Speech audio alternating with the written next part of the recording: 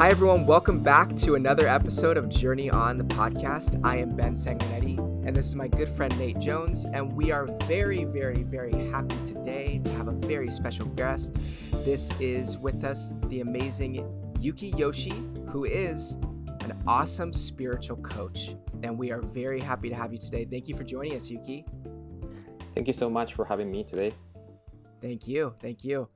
And as always, we are here to share our experiences because life is a journey and we're all just here to have a little bit more fun. And with that being said, Nate, I'm going to give it back to you and let's do a little check-in meditation and then we'll jump into this awesome podcast. Okay, cool. Thanks, Ben. Thanks, Yuki. Hey, Yuki. Hi, thank you. Okay, so if you want to close the eyes and, if you're doing something that you need to keep your eyes open, then just do that. But we'll all just take a few moments and just pay attention to a few breaths. So really simple, right? Either breathing on purpose, taking some deep breaths, or just simply noticing how the breath is and just kind of settling into that.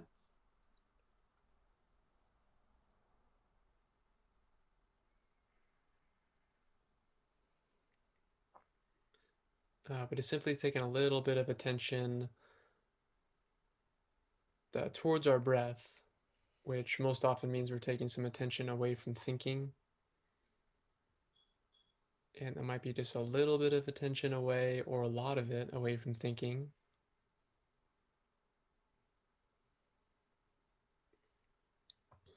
And it's kind of like hitting the restart button, right, on our system.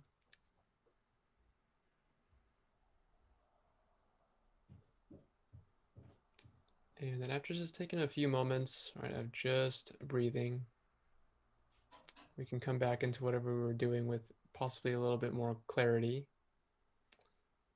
most likely a little bit more calmness.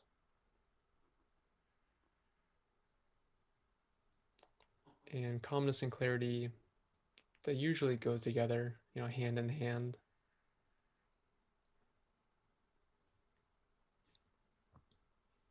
So a few more moments, right? Just feel the breath in your body.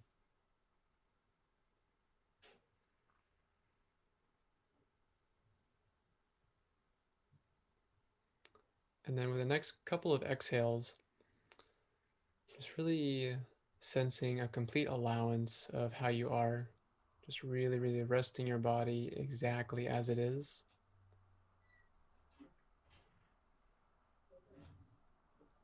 And just inviting yourself to be here as you are completely.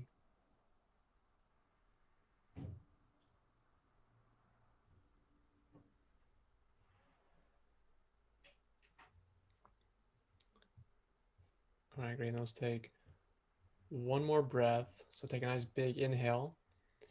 All right, lift the chest, breathe all the way up into your throat. And then open the mouth and then sigh the breath out.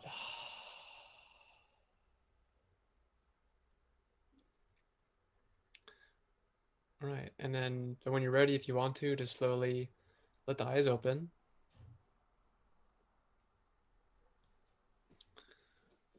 All right, and welcome back, everyone. I'm really excited to have Yuki here. So actually, Ben, Yuki, and I that work together. That we're kind of like in contact almost every day, whether it's like just like a message here and there. That we're meeting every week, and we've really built a relationship during this year. And it's like always such a joy to talk to you two. It's like every Monday when we have our meetings, it's like never something that I'm like, oh God, I got to do this. It's like, I want to do this. And I'm like looking forward to seeing you guys and looking forward to hearing you. So now we'll talk for like, a little bit longer than we normally do. And to me, that's like the really, really special and exciting. So I just wanted to say that I'm really looking forward to this. Yeah, I can agree with that. I've been looking forward to it too. And it's just, Yuki, it's been a pleasure getting to know you it's been over a year and I can't believe that. And if you told me I'd be at where I'm at today, then a year ago I would be cracking up.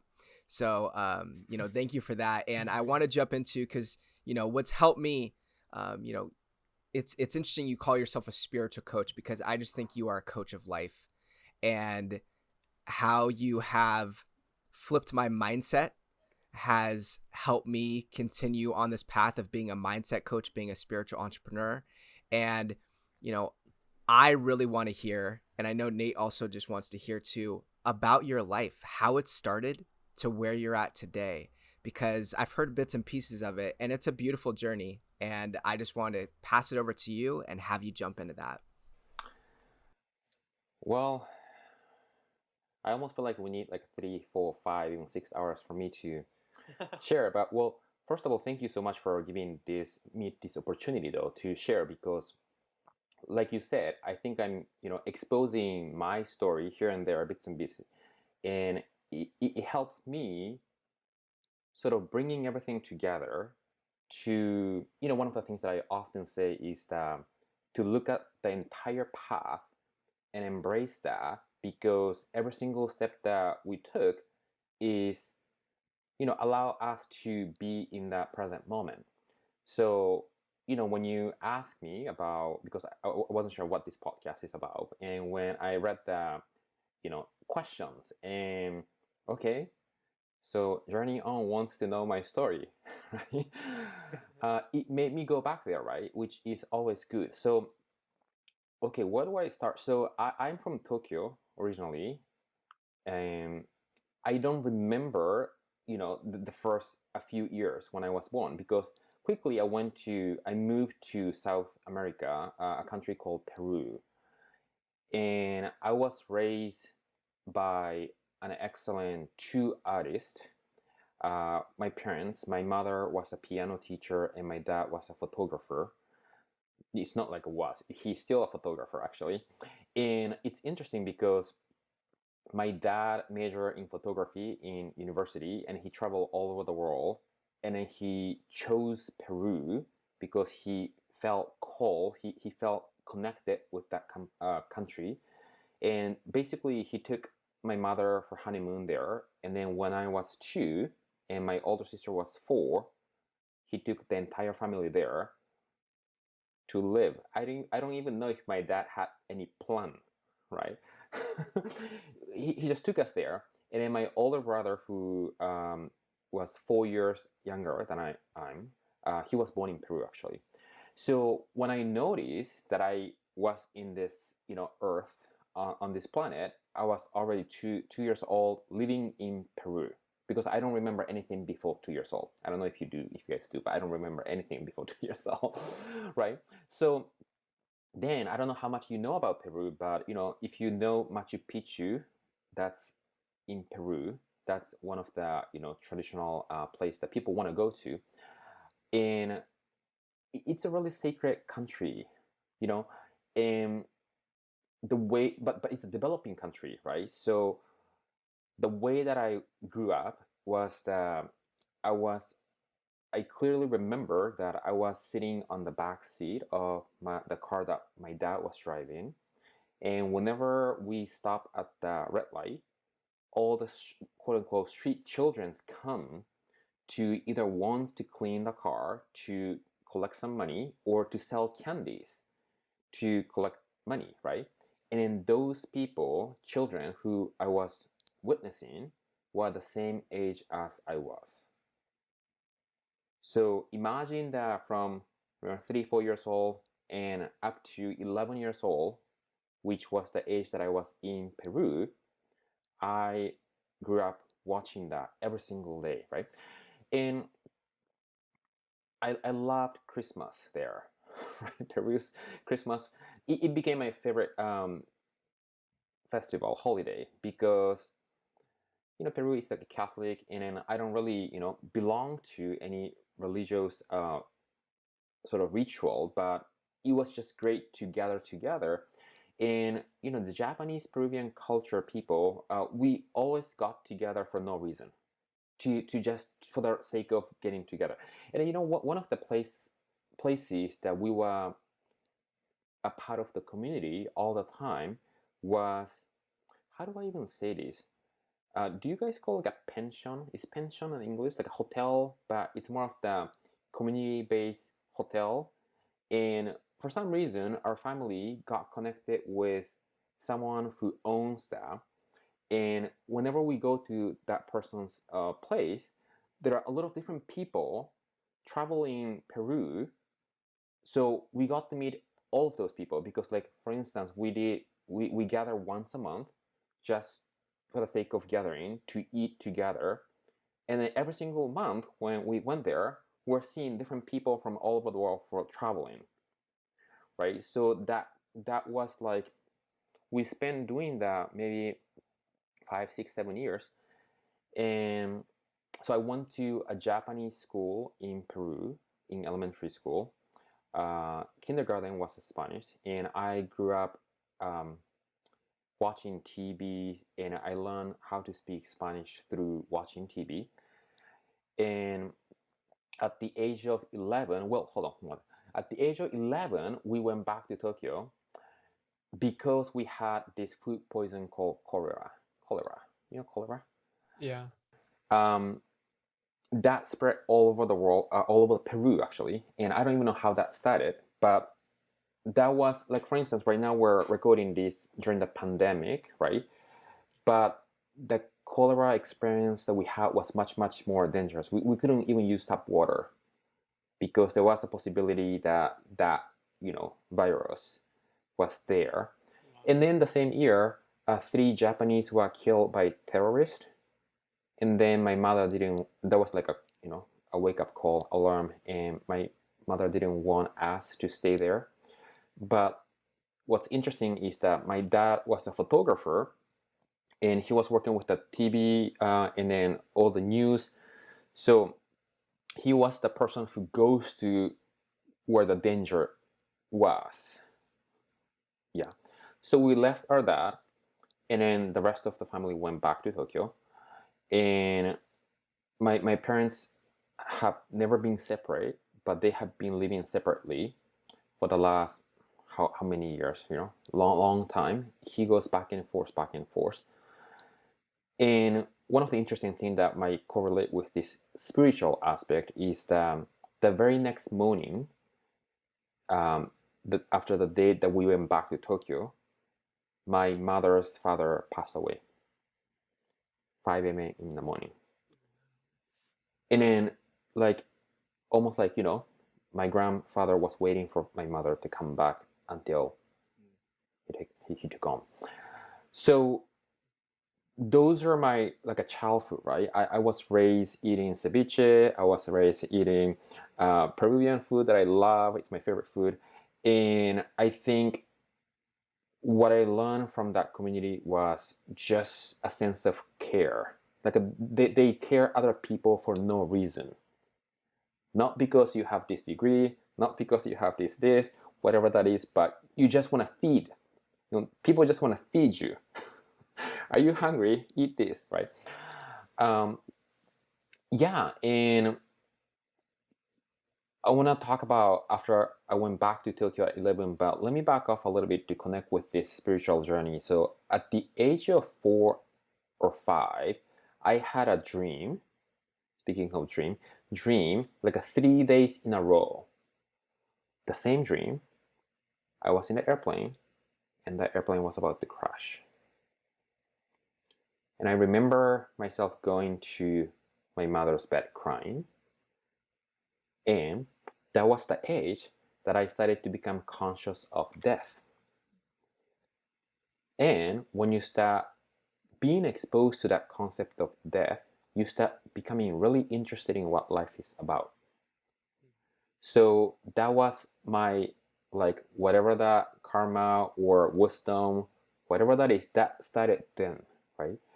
And then when I went back to Tokyo at the age of 11, I don't know if you know anything about Tokyo or if you have seen, but it's a completely opposite country from Peru, right? Peru was a developing country. Japan was super developed country. And like, if you go to, just to give a contrast to people in the US or whoever, watching, 7-Eleven, right? We have 7-Eleven in US in a gas station. In Japan, convenience store 7-Eleven has much, much better quality food than Whole Foods. you can purchase the entire meal in 7-Eleven, right? And when first I went back to Tokyo, I was so impressed and excited about all the automatic doors, right? Because I didn't have that experience in Peru. So, where the home that I was living, I had a convenience store called Family Mart. We have a lot of convenience stores. AMPM, 7-Eleven, Lawson, and Family Mart. Those are chains, right? But those small convenience store, just like the size that we see at gas station, have much, much better quality than Whole Foods. I just want you to imagine that, right? And those are like pop-up stores everywhere in every station. And one convenience store, Family Mart, was just happened to be 1 minute away from my house. Like, I could not stay home. I was excited to just experience that automatic door and then get out like 3-4 times per day to go in there, right? So that was the gap that I experienced from developing country to developed country. And,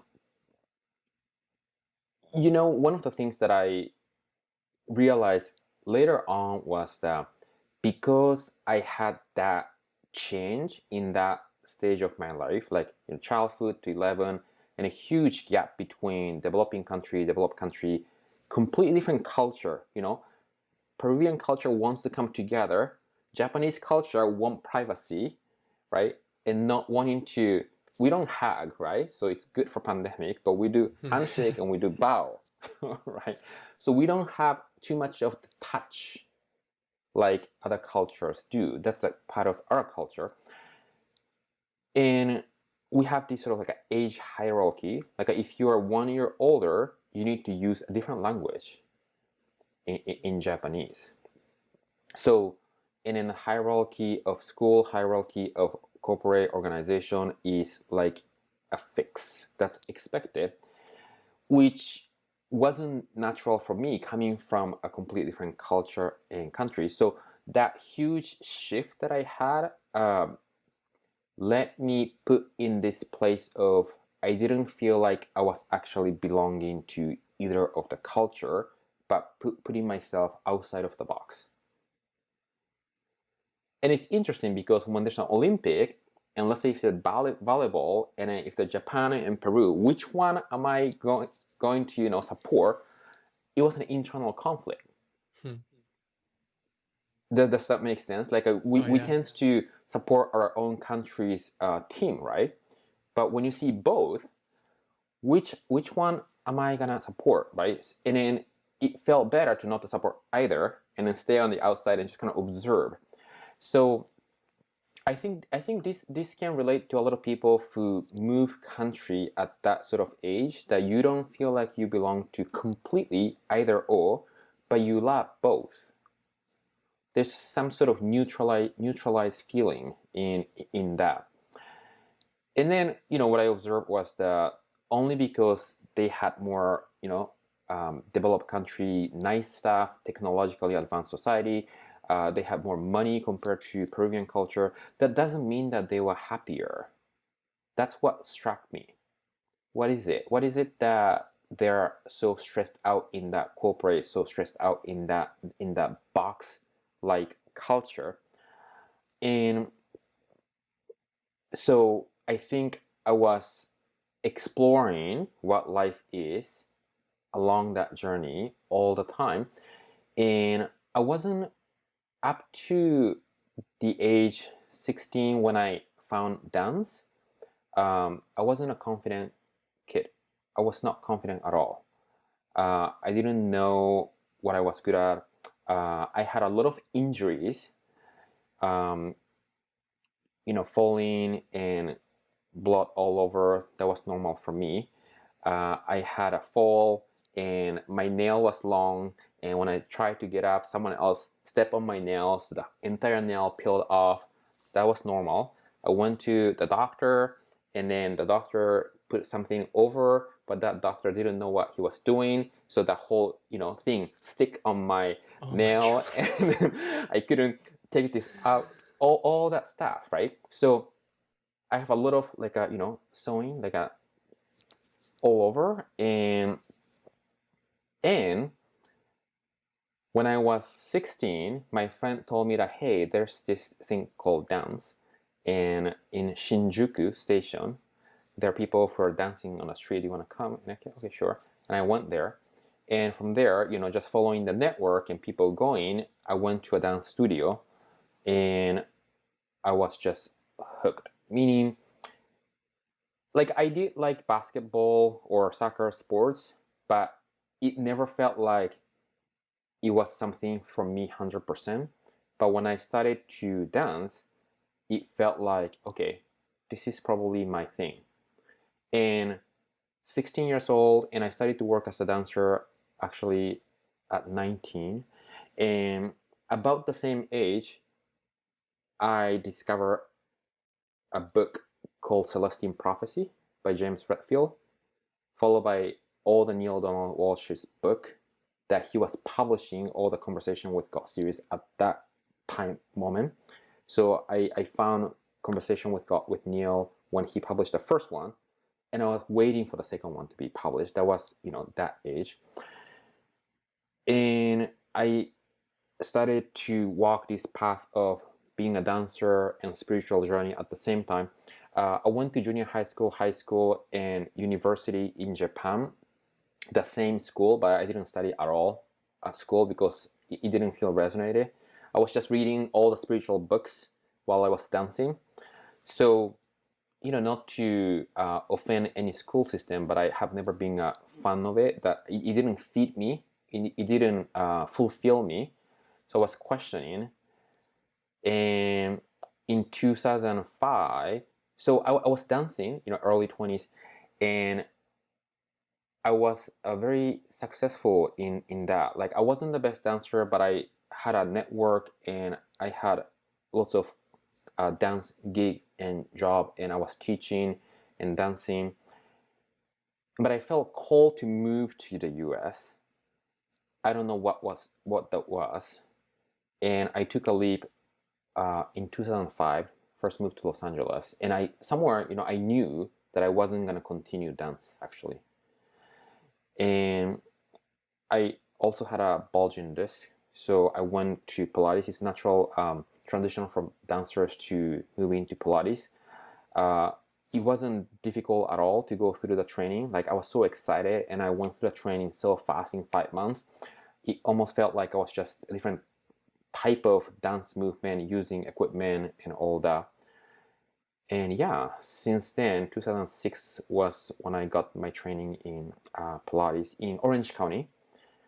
And I taught, I don't know, like 35, 40 classes per week, including Wow. including 101.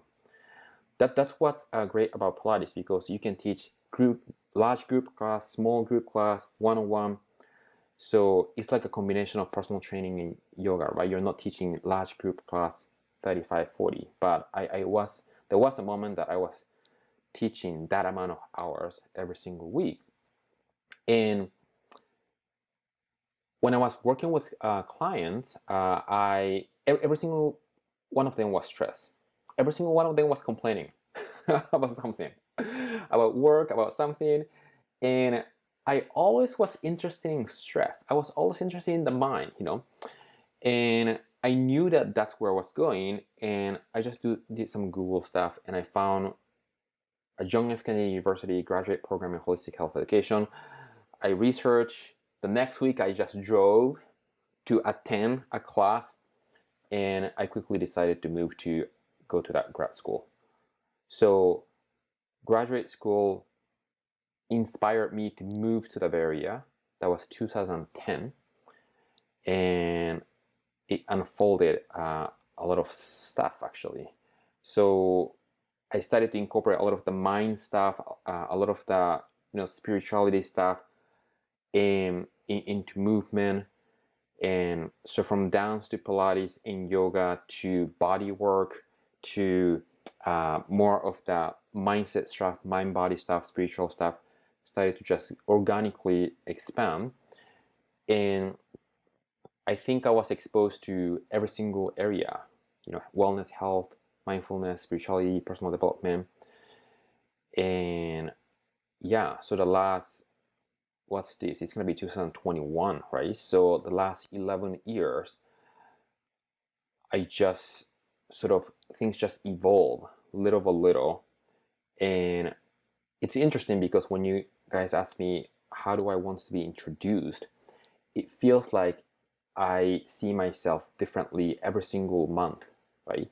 And even this year, which is unusual year for a lot of people, pandemic, I feel my own growth the most in this 1 year, more than the last 5 years. Just doing my own work, just doing my, just understanding who I am in the context of what's happening in the world.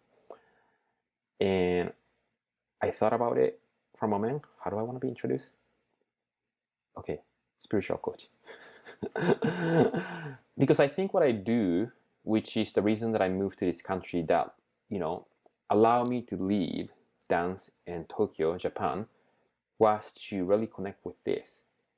I think this is what people need the most, even though people might not be aware of it, right? To connect with who we truly are. And not only that, but to successfully sustain living from that place in the material physical world.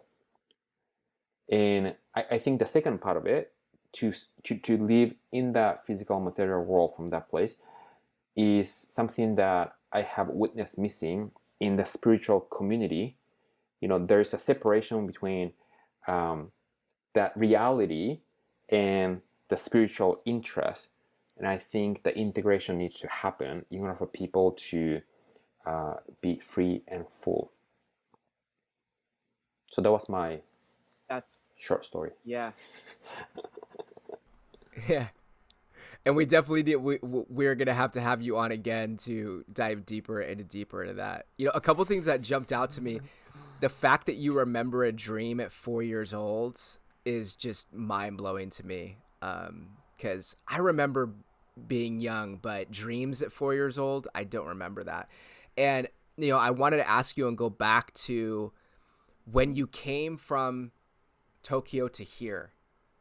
What was that like for you?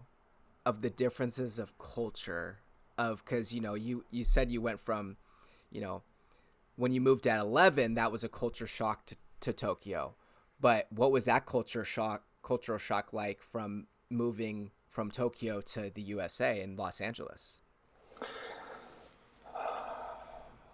I want to say two things though. One is that it was interesting to see DMV in this country, right? The DMV, this is just my observation, right? Going to DMV felt like, okay, is this what I'm experiencing here in DMV? Does this represent the culture and how things work in this country? Because one of the things that I didn't mention, Japan culture and all that is super organized. There's no inefficiency. There's no inefficiency, and everyone is prepared and ready, right? So, okay, I got the ticket and I'm waiting forever, and people, it feels like everyone was waiting, right? Including the people who work at DMV and didn't know where to get that initiation. So that's number one, right? So that's a cultural shock for me. And second one was that, well, I enjoy my own space. Like I love driving, having my own space, because one of the things that I didn't mention in Japan was that the main mode of transportation in Japan is train, right? And when I said train, I don't want you to visualize that train that you see in San Francisco. Japanese train in Japan comes every 3 minutes. And it's never late. 3 minutes, 3 minutes, 3 minutes, right? But because that was the main mode of transportation, the rush hour, when people are going to work or coming back from work, the capacity was 180%. It means that people in the space that people can fit 10 people, there were 18 people like this, right? And then that was normal. Like people were here. Like right now, it shouldn't happen because people cannot touch one another, right? But like being pushed like this in the train by having no space was normal. And the only way to cope with is to ignore other people and stay in our own bubble to be polite about it. Interesting. So that was one thing. So I enjoyed that. I enjoyed that freedom of having my own space around me.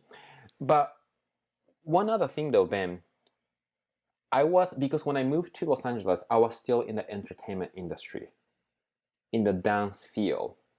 So what I was exposed to more than America, it was more of the dance industry in United States.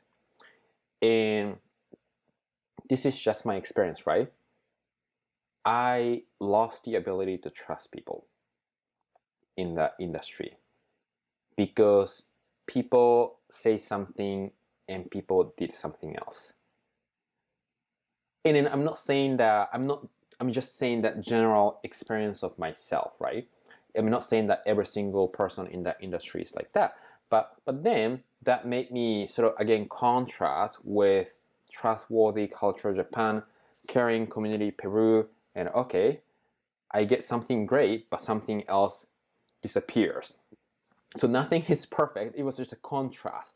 That was the triangle contrast for me. If that answered your question. No, that does, and that's amazing. And you know, it reminds us of, you know, we've done a whole episode on gratitude before, and it's something we're going to keep talking about throughout this podcast. But just being grateful, I can't even imagine how grateful you are today and how grateful you were just to be in your own car, and how we complain about having to be in a car to go to work and we have to drive for like 30 minutes. Like some people complain about driving for 30 minutes. And, you know, just that the difference is right there. You know, we are so spoiled. We are so spoiled in so many different ways. Nate, before I change gears, do you have anything you want to add or have questions about with anything that he's saying there? Yeah, so one thing that you were talking about at the end of your story was how, like, you know, recently, you know, and you want to be introduced as a spiritual coach. And that's, we've been working together for like a little over 2 years now. And when I first started working with you, I was like, you know, all into the yoga stuff, like all into being spiritual and being present, you know, and then you came at me with like a whole different angle. And it like, so I was really resistant, you know, and I didn't believe the most of what you were saying, you know, even though like I really love to talk to you and I always love to be in your presence. But then like the once I left you, I was like, I'm not gonna do this stuff because like, you know, this isn't being present. So like I just had like, you know, all these barriers around me. And like, you know, I feel like I could tell that you were spiritual, that you didn't really that make it super obvious, you know, in the teachings and the interactions that I was doing with you. But then this year, it seems like you've like just kind of like, you know, said, what the hell? I'm just gonna like, you know, totally share anything that I'm just like feeling without any reservations.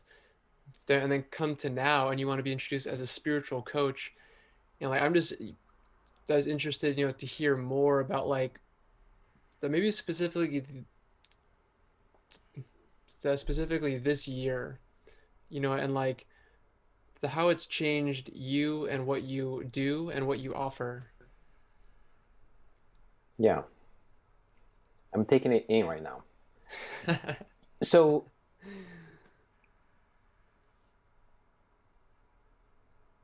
what I was interested in the most, even at the age of 17, was spirituality, right? And I was so hooked by the world of transpersonal psychology. And the reason that even in the last over 2 years, you're seeing that sort of shift and expansion. Is just like you said, it's not because it wasn't in me, but I was reserving a little bit, right? Because even like 5 years ago, I didn't want to use the term spirituality because I felt like people weren't ready to hear. At the same time, people mix up this idea of spirituality and religion. And one of the things that I like about Joe Dispenza, who talks about subconscious mind, is that he intentionally used the language of science to explain what we are experiencing. Because I think I heard someone saying that he intentionally does that because sometimes religions separate people, right? This is the religion, my religion is the religion, but science brings everyone together. That's how he sees things, right? So as much as, and I don't even want to call religion and science by separating, right? Like I think arts and science, like I'm more of the arts type of person, like abstract concept and not making it specific, but to let people feel intuitively is the way that works for me. That comes from my parents, I think. Like my mother probably she's a healer, and my dad has this sort of entrepreneurial spirit, and my dad is so optimistic, and my mom is sensitive. So I feel like, myself is my dad, my mom, and my dad plus and divided by 2. I receive all those, right? I have a certain sensitivity. I have some optimistic. I like the healing aspect, and I have this sort of entrepreneur aspect, right? So I feel like I got everything that my parents have. And yeah, to directly answer your question though, I think this year I felt like, what the heck? Let's just tell everyone the truth. let's tell everyone the truth, because I think this pandemic is making people realize that the way that they have been living is not working. And more than any time else though, Nate, I feel like what I'm doing and we're doing is needed, right? People might resist a little bit at the beginning because it's a little unfamiliar, but everyone already knows internally that that is where they want to connect to. And even when I was more in the holistic health type of field, Larry Dossey is one of the pioneers in holistic health, and he talks about it's not that the Western medicine doctors don't believe in intuition or holistic aspect, but Western medicine doctors don't want to admit that they believe in that, because the moment they admit, they're going to be seen by other doctors that he's unscientific. You know what I mean? So everyone already knows at the heart level that, quote unquote, what we talk about, we're a spiritual being. And all the conditionings that we got exposed to is preventing us from admitting to protect our identity, how they want to be seen by others. And I don't want to say that I reserve because of that, but more that I want people to absorb. And if I think that people weren't ready, I think that people wouldn't hear. So I was giving things in a way that people can absorb. But I think it's all my belief. So I needed to let go of that belief. I let go of that belief today, this year actually. Yeah, That's great. That's a good way to sum it up. And that's how when we first started doing this. This is something me and Nate talked about for over a year, and I feel like the pandemic just accelerated it, because I remember even sending a message to Nate, because we're seeing all this stuff in the news. This is a hoax, this is fake, this is real, we need to be scared, we need to only be scared. And you know, I remember just sending him a message and just saying, we just need to get on and just talk about truth. And truth is that we all love each other. We're all connected and we're all here to serve a purpose. And, you know, it's interesting that you're bringing that. I think more than ever now, people are ready to hear the spiritual side of everything, because I think we are waking up to what this illusion is. This is an illusion, and it's okay to accept that and have an understanding that all of our beliefs are different, and what makes each of us different is just our own stories, and our own stories are unique and special. And that's what we're bringing together with this podcast and everything else that we're doing in our personal lives as well. To switch up the tone a little bit and just dive deeper into, because, you know, part of the illusion is understanding that we haven't been really taught about this subconscious mind and why we don't study this in school. I have an idea, but that's a whole episode in itself. But, you know, I wanted to hear from your perspective of, because I know you worked with Bob Proctor, and, you know, I think that was a starting point for you. So, you know, I wanted to hear your starting point of actually taking the leap to study the subconscious mind and what that looks like, you know, what the subconscious mind looks like to you too, because you have such a great way of explaining kind of what it is, which I know you could talk about it for hours, and you don't have to cram it all in right now today. But, you know, if you could explain kind of what the subconscious mind means to you and how you got drawn into it, you know, I know we both would love to hear that. Yeah, sure. So I think it's true when you said that I got drawn to Bob's work because of subconscious. I think there are a lot of people who talk about it, but the way that he speaks and explains felt like I got the missing link. I got the missing link of what I have been exploring in holistic health, spirituality, mindfulness, and also to really understand why people are stuck, right?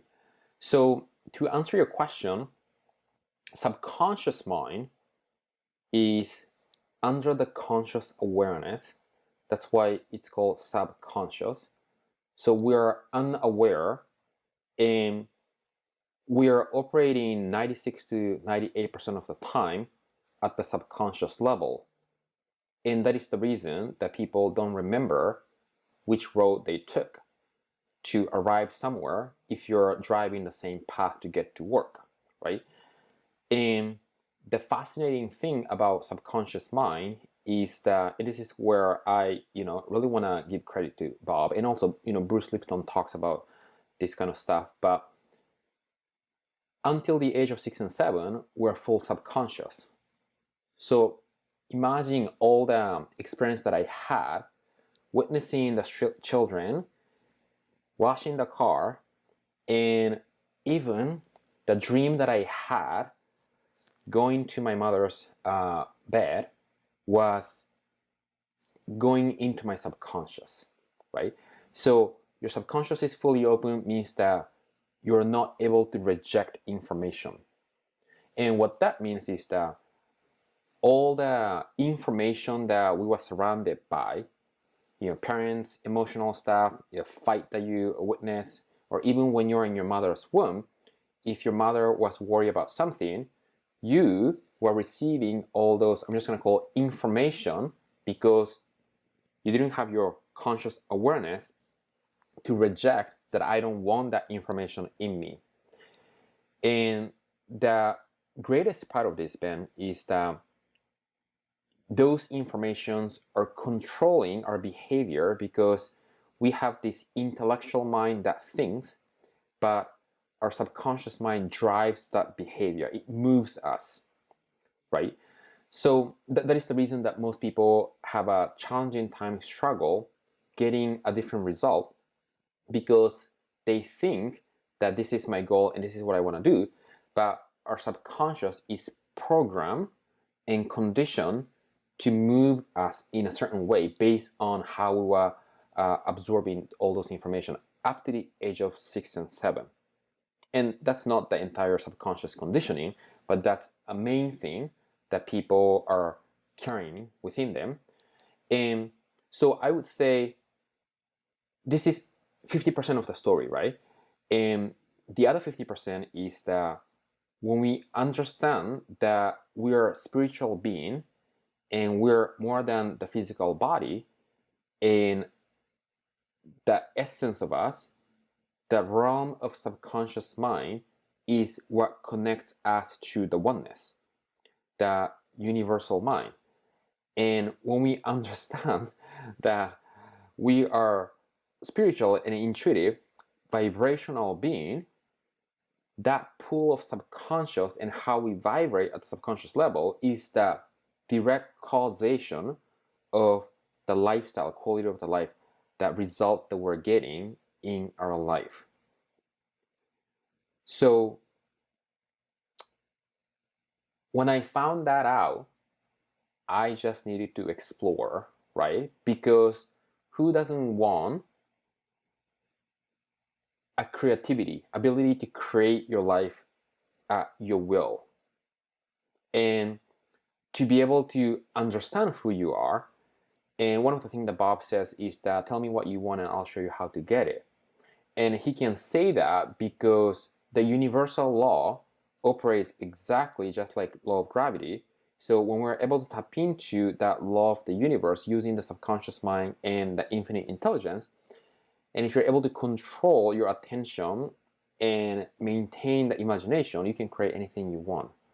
So that piece gave me, of course, hope and excitement and the eagerness to dive deeper to be able to create the life that I want for myself, so I can share that with the world. I like that you're talking there, about the when you realize how to create, it became more fun. And I think that you really introduced me to that. That it really changed my life, and that it still is changing my life. And I remember the, so you just mentioning a story at one point where you were at a conference with Bob, that maybe at one of your first times or something like that, and you asked him a question, and I forget what the question was, and he gave you some answer, and you really didn't like it. But when you told me what he told you, I was like, but you totally tell me that now. So it's like something changed in you, from then to then, and it seemed like you became a lot it became a lot lighter, and you're having a lot more fun. So if you remember that, could you tell us about that? I clearly remember, I never forget. um, that was in Los Angeles, when I was in Los Angeles, and when I first attended his seminar. And Bob, I think he's 86 now. In that conference, he was saying, next week I'm going to be 73. So 14 years ago, after the conference, I was kind of hanging out the space, and he of course just happened to be walking towards me, right? And I said, okay, perfect, I'm going to ask this question because I am here for this specific reason.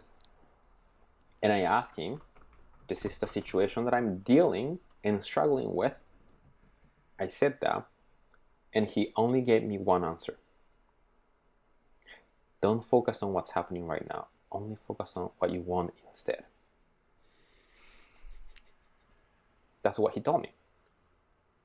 And I was in this emotional home of struggle, and that verbiage didn't register. It came in and it went out, and I turned around, and then I started to follow Jack Canfield instead. who is the author of Chicken Soup for the Soul. So yeah. But that's what I always tell them now, right? So stay in your result outcome and an imagined world, and act and be as if you're already there, so it materialized. But I wasn't ready to hear back then. Yeah, I feel like so many people, I mean myself included, it's hard to hear that for the first time. don't focus on the problem, or don't focus on what you don't want. And this is kind of like, that maybe why people watch the news. Like some people watch the news like it's almost like 95% of the time of their waking hours. And it's like they're so focused on the problem, and they're so focused on what they want to change and what they don't want, and they have no awareness of what that's actually doing to them. And I'm just curious to hear, in your experience working with people, why is that we're like so addicted, or we just like think that that's the solution in order to pay attention to the problem? Mm-hmm. Yeah. Are you asking my answer why people do that? Yeah. Okay, let me see if I can narrow down in like a 2-3 minutes. I think it comes down to the topic that I often talk about, that, one of the things that I tell people is that there are two worlds. The world of material, five sensory world, and the spiritual dimension that, we have these higher faculties and multi-sensory perception. That's, Gary Zukav's language. And when we are dominated and driven by the five sensory world, which means that you see the outside world, what's happening, as a reality, and it is a reality, but that's not the only reality, right? That's not the only experience. Because the truth is that people think that they are living in the material world, but more than that, I think I mentioned multiple times, they are living in their imagination, which doesn't exist in the outer world. Imagination only exists in the inner world, which is actually the fourth dimension. And what I found is that when you heavily dependent on the five sensory material world, our instinct, the biology that drives that, is fear. Because, we have this slogan, we don't need to go into the detail, but the three layers of brain and the instinct is what gets triggered first to detect the threat from the outside, so we can protect ourselves from the outside threat. Like when we look at lions, or when we look at the animals, they're driven by that, right? They're sensing all the time whether they're in danger or not. And then we're not different from that when we focus on the material world. So to answer your question, that's just a little bit of background story, right? Why people want to focus on the problem? Because people are addicted to their fear. People want to go to fear because if they go to fear, they are informed. They're continuously being informed, so they can come up with a strategy to be safe. Does that make sense? So that's why people want to engage in something that is not working for them, because they believe that the fear is true, even though it's in their thinking. And I'm not saying that the virus pandemic doesn't exist out there, but let me give you an example. So let's say if someone is at home, right, and watching news about the pandemic and people dying, for instance, right? Now, in that very moment, that person who is watching the news is not in danger, right? Because he or she is able to watch the news and able to think, and nothing is happening to him or her, right?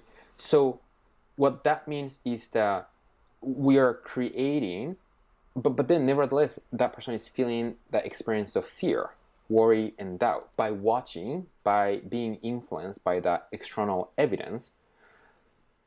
And if you're in a state of worry and doubt, feeling fear, your physiology starts shifting to a chaotic vibration. And if I go back to this subconscious mind stuff, if you're staying in that fearful vibration, because that vibration is communicating with the universal intelligence to magnify the same information that resonate with that, that person is going to attract more of the fear-based circumstance, because that's what they're creating. And I use the term creative sort of interchangeably. Survival thoughts are worries and doubts, negative thinking, right? Creative thoughts are something that you can choose to create that is positive, abundance driven, love driven. But the real creative mind is our subconscious mind. Because once we infuse that information that we want, automatically it's going to be created. So if people are in a state of fear and that sinks into at the subconscious, and if they're feeling that fear, no matter they want it or not, that is going to be created in the material world. You can call it law of attraction, law of manifestation, law of creation, whatever that is. Your subconscious mind can only know to connect with the infinite intelligence to produce things that is being informed. So, does that answer your question? Long answer. Oh yeah, definitely. Yeah, that's a great way of saying it. And I think that's good too to, that is what you help people with, is giving them the information to change their thoughts, to change what they're doing, how they're doing it, and having them see it in a different way. And I think this is a great point too to talk about how you do change that. And it's a good way to talk about your programs.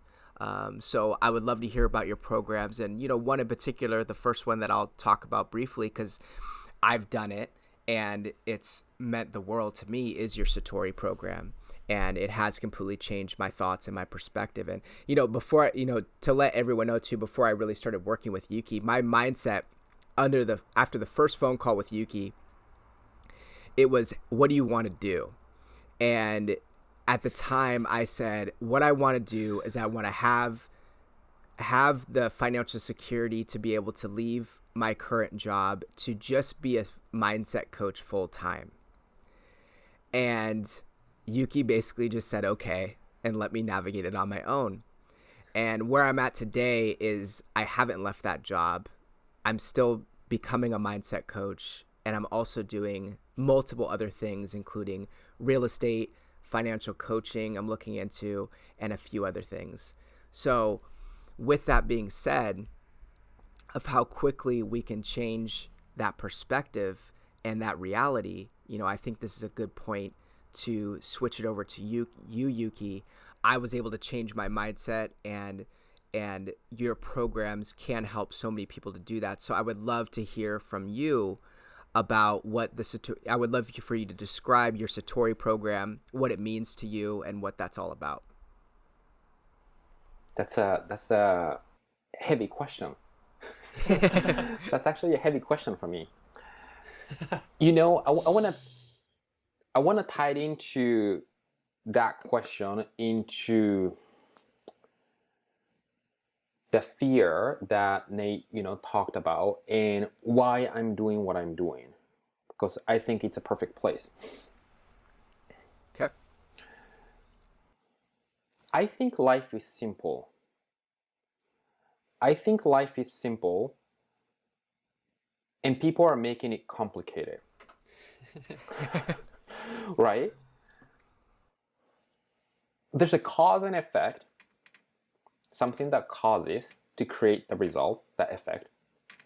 And there's a spiritual dimension, the thinking dimension, and the material dimension. There's a law of polarity. Love and fear, faith and fear, habit and choice, dark and light, night and day. And there's a focus of lack and limitation or abundance. And you can think that everyone is separate or everyone is connected, right? It's your choice, right? And there is a universal truth. And it's up to each one of us if we want to lean on it or continue to resist, to reject, to be safe, identity-wise, whatever that reason that someone might have. And I think what I want to really do is to really help people live connecting with their truth. And I do think that there's a core truth, universal truth, right? But I don't have any responsibility of creating someone else's truth. But they all need to arrive there. And when we connect with the truth, there's no suffering. And then Ben, you used the term illusion a moment ago. And I think fear is an illusion. And when I say that, people who are in a worry, doubt, anxiety usually tell me, what do you mean by this illusion? I am experiencing that right now, right? But that is not their true essence. That is coming from the way that they're thinking thing, the way that they're believing thing. And fear is an illusion and creation based on the third dimensional construct, which is the material world. But we are not a third dimensional being. I'm just going to use a little bit different way of explaining this. Material world is three-dimensional, right? When we start adding imagination, it becomes four-dimensional. And when we start adding the oneness of the being, it becomes five-dimensional. We're a five-dimensional being. And when we live from that place, we realize that we're made of love, and love is the only energy that we're created by. And then when we come to the three-dimensional world, we start learning to create fear. And when we are able to tap into that essence, the love, we don't need to be creating fear. But another layer of this is that each one of us is supposed to and meant to go through that lesson to be able to dive deeper into the light and love. Like I mentioned about low polarity and contrast, if there's not any darkness, you cannot appreciate the light. There's no point of light if you don't have any darkness. Does that make sense? If there's no night, there's no meaning of daylight, right?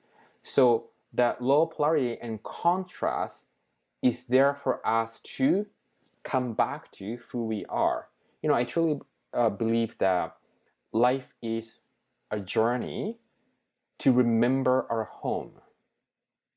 Life is a journey to remember our home. We already know where the home is. And whatever the environment that we were raised, or whatever the situation consequence that we have been going through, or we're going through right now, is there for you perfectly, so we can learn the lesson to turn into remembering our home, which is the light and love. So that learning experience of fear is a part of our journey, so we can recognize and appreciate the light and the love that's within us. Like I often say that if you don't have anything to forgive, you will never learn that gift of forgiveness. Only because you have the pain and you need to forgive that to be whole, you can experience forgiveness. If you don't experience any pain, you will never experience the arts and the gift of forgiveness. Does that make sense? So that's a background story, actually. And Satori mindset is Satori means realization, right? Realization, awakening. And mindset, my definition of mindset is where the mind is set, which is the frequency. So vibration of realization. And I might have not said this to you. Satori, when you look at the program, there's a Chinese, Japanese character. Have you noticed that? A logo? Oh yeah, I didn't know what it actually was, but yeah. Right. Do you know Dragon Ball? Dragon No. Ball is a Japanese anime. that it becomes a Super Saiyan, you know, or when you become a powerful, the hair turns into yellow. So I grew up with that Japanese anime, right? And the main character is called Goku. And that entire anime is about connecting with the law of nature and to awaken into the truth. And that logo also comes from the main character used that logo, right? So I'm connecting, but it's about journey of remembering where the home is. That is what Satori mindset is about. To understand fear, because when we look at the content of the program, we're talking about soul vision, we're talking about creative thoughts, inspire action, living inside out from the future, and we identify fear and the art of letting go so we can live embodying this truth that the universe is within us, right? So that and then actually it's going to be expanding soon. That entire process is about the background info that I gave. To understand that fear and habits are three-dimensional construct, and how can we go back to that true essence, which is a spiritual being, and come back to love, faith, and purpose and presence. That's the foundation. And if you want to use that program as a way to fulfill your needs, which is better health, meaningful relationship, meaningful and purposeful career and work, more money, or connecting with the spirituality, you can do that. But the understanding and the perspective comes from any challenges and problems that we're experiencing right now is only a symptom of the cause, and the cause is the lack of alignment with the soul's expression. Because that's the reason that we're here. We are our soul, and we're supposed to and meant to express that energy of the soul and touch other people. And that is the agenda of the soul, which is the language of Neil, Donald Walsh.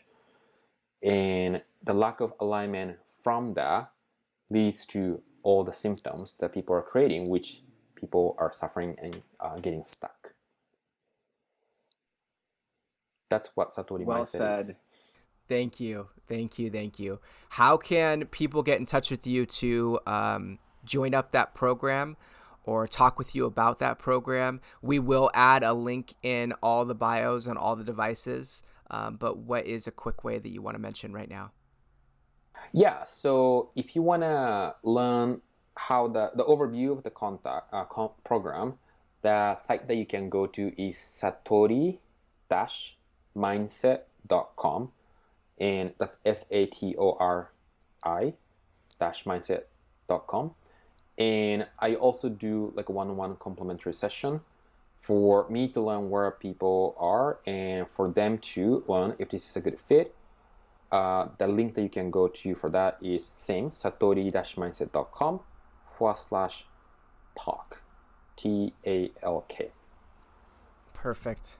Well, we honestly could talk for hours and hours, but we will cut this one off today because we will be bringing you on many times throughout this podcast to continue to explore and enjoy the journey of finding home.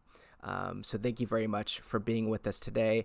Nate, if you don't mind, And Nate, if you don't mind, I'm going to check us out really quick and do a quick meditation, and then we will get going. So if you can, please take the time to close your eyes. If not, just enjoy and listen. And start by taking a deep breath in and out. And just take a few conscious breaths on your own.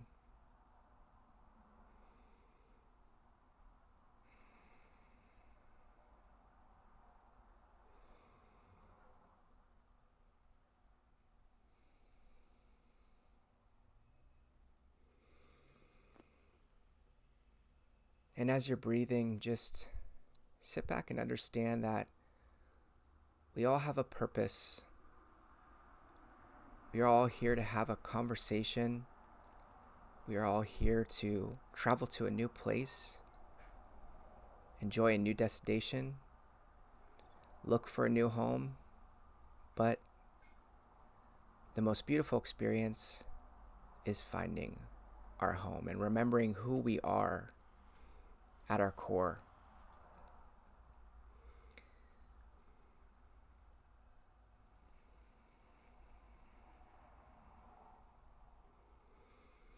And as you continue to breathe on your own, just go back to, or go to, the center of your heart, because that is and always will be your home.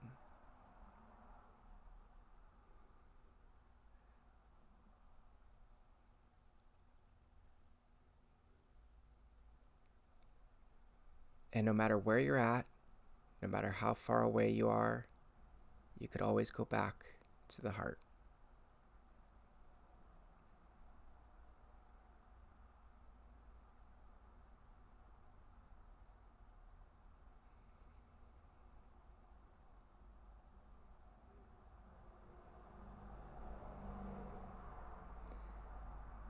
And as we continue to dive into the heart and its nature, we have to remember and always go back to a sense of gratitude. And gratitude fills that heart, our desires, and gives us the energy we need to enjoy the journey and have fun.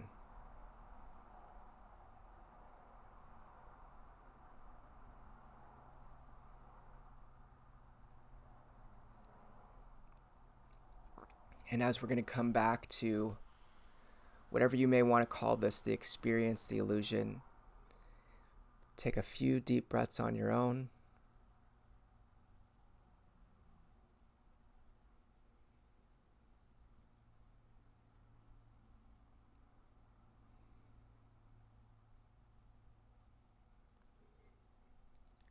And then take one last deep breath in and out.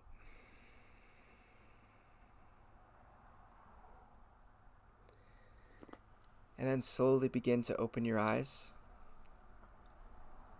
and welcome back to the experience.